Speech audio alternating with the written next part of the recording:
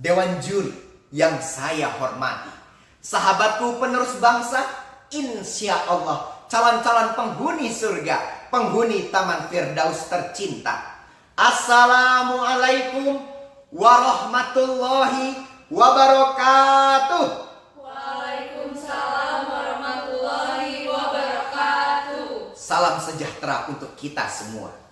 Di panggung ekspresi nan mulia ini, perkenankan saya menyampaikan pidato yang berjudul Pemuda Konservator Nilai Pancasila. Sebagai upaya untuk mengingatkan diri saya dan sahabatku pelajar tercinta menuju generasi berkarakter Pancasila, sehingga kelak mampu mengemban estafet kepemimpinan yang amanah dengan berselimut nilai-nilai luhur berbangsa dan bernegara. Generasi muda merupakan generasi harapan bangsa. Jika sebuah bangsa memiliki generasi muda yang tangguh, maka bangsa itu akan kokoh adanya. Dan begitu pula sebaliknya. Majunya sebuah negara berada dalam genggaman generasi mudanya. Saudaraku, mari kita ingat kembali pesan sang proklamator Bung Hatta. Jatuh bangunnya negara ini sangat bergantung dari bangsa ini sendiri. Makin pudar persatuan dan kepedulian, Indonesia hanyalah sekedar nama dan seuntayan pulau di peta. Saudaraku, camkan itu. Dewan Juri, sumber teladanku. Berbagai media tidak henti-hentinya menginformasikan terkikisnya nilai karakter Pancasila di berbagai lapisan masyarakat. Rupanya krisis Pancasila semakin memprihatinkan di negara kita.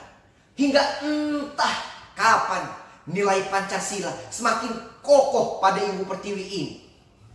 Mulai dari merebaknya kasus penyalahgunaan narkoba, kasus tawuran baik pelajar maupun antar komunitas masyarakat, dan kasus korupsi yang triliunan.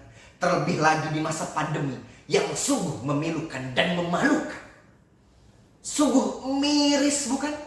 Sampai-sampai seorang pemimpin mengambil kesempatan dalam kesempitan di tengah pandemi COVID-19. Saudaraku, akibat rusaknya moral seorang pemimpin inilah mereka tidak sadar apa yang mereka perbuat. Dengan melakukan tindakan korupsi berarti mengkhianati sumpahnya sebagai seorang pemimpin dan mempermalukan diri sendiri, juga keluarga, bahkan anak cucunya. Dan inilah yang merusak keluhuran nilai Pancasila.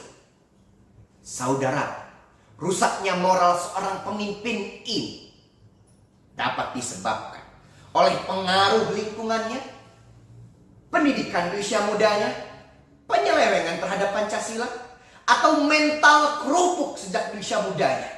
Mental yang ingin kaya raya, tetapi tak ingin bekerja keras, bahkan hanya berpangku tangan saja. Mental yang semacam inilah mental pemimpin yang menghambat pembangunan negara kesatuan Republik Indonesia yang kita cintai. Setuju teman-teman? Setuju. Yang keras, setuju teman-teman? Setuju. Maka nilai Pancasila harus kita implementasikan dalam sendi-sendi kehidupan. Para tokoh bangsa yang merancang dasar negara fundamental ini harus kita maknai secara serius. Jika Indonesia ingin menjadi negara maju, maka perbedaan harus kita jadikan alat pemersatu. Jika Indonesia ingin menjadi negara yang semakin terdepan, maka rapatkan barisan sehingga Pancasila mengikat kita dalam salah satu silanya, yaitu persatuan Indonesia. Pemuda bisa apa? Pemuda bisa melakukan banyak hal dalam menjalankan nilai Pancasila. Pemuda bisa apa? Akan menjadi mantra yang luar biasa jika dilakukan secara bersama-sama. Maka dari itu, peran kita sebagai generasi muda harus berkontribusi aktif dalam menjadi agen konservasi nilai karakter Pancasila. Tentunya dengan kembali menanamkan nilai-nilai Pancasila dalam kehidupan bermasyarakat dan bernegara. Nilai ketuhanan, nilai kemanusiaan, nilai persatuan, nilai kerakyatan, dan nilai keadilan. Setiap generasi yang menjalankan nilai ini bersatu dengan masyarakat, mempunyai satu hati dan satu sikap dalam mengisi kemerdekaan Indonesia. Dewan Juri, sumber inspirasi. Bumi ini titipan anak cucu kita. Tentu kita juga harus menjaga dan membangunnya untuk anak cucu kita. Maka dari itu, setiap jengkal bumi ini akan aku pertaruhkan dengan aku punya nyawa. Sahabatku sebangsa dan setanah air, mempertahankan jati diri bangsa merupakan karakter bangsa Indonesia sendiri. Ingatlah, jika Pancasila hanya ucapan, bendera merah putih hanya sekedar kibaran, nyanyian lagu Indonesia Raya dianggap biasa saja, pemuda-pemudi Indonesia hanya menjadi tontonan bukan tuntunan, dan nasionalisme hanya sekedar pernyataan, maka harkat martabat bangsa Indonesia akan runtuh di mata dunia, dan itu tidak kita inginkan. Bung Karno pernah berkata, "Saudaraku, jikalau aku misalnya diberikan 2 hidup oleh Tuhan, maka 2 hidup ini pun akan aku persembahkan kepada tanah air dan bangsa." Tugas utama kita adalah belajar, dan terus belajar untuk menggali ilmu dunia akhirat setinggi-tingginya. Percayalah, dengan ilmu yang bermanfaat, kerja keras, nilai Pancasila, insya Allah kelak kita bisa apa-apa dan kita bisa punya apa-apa. Kun fayakun adalah urusan yang maha kuasa. Urusan kita adalah melakukan yang terbaik.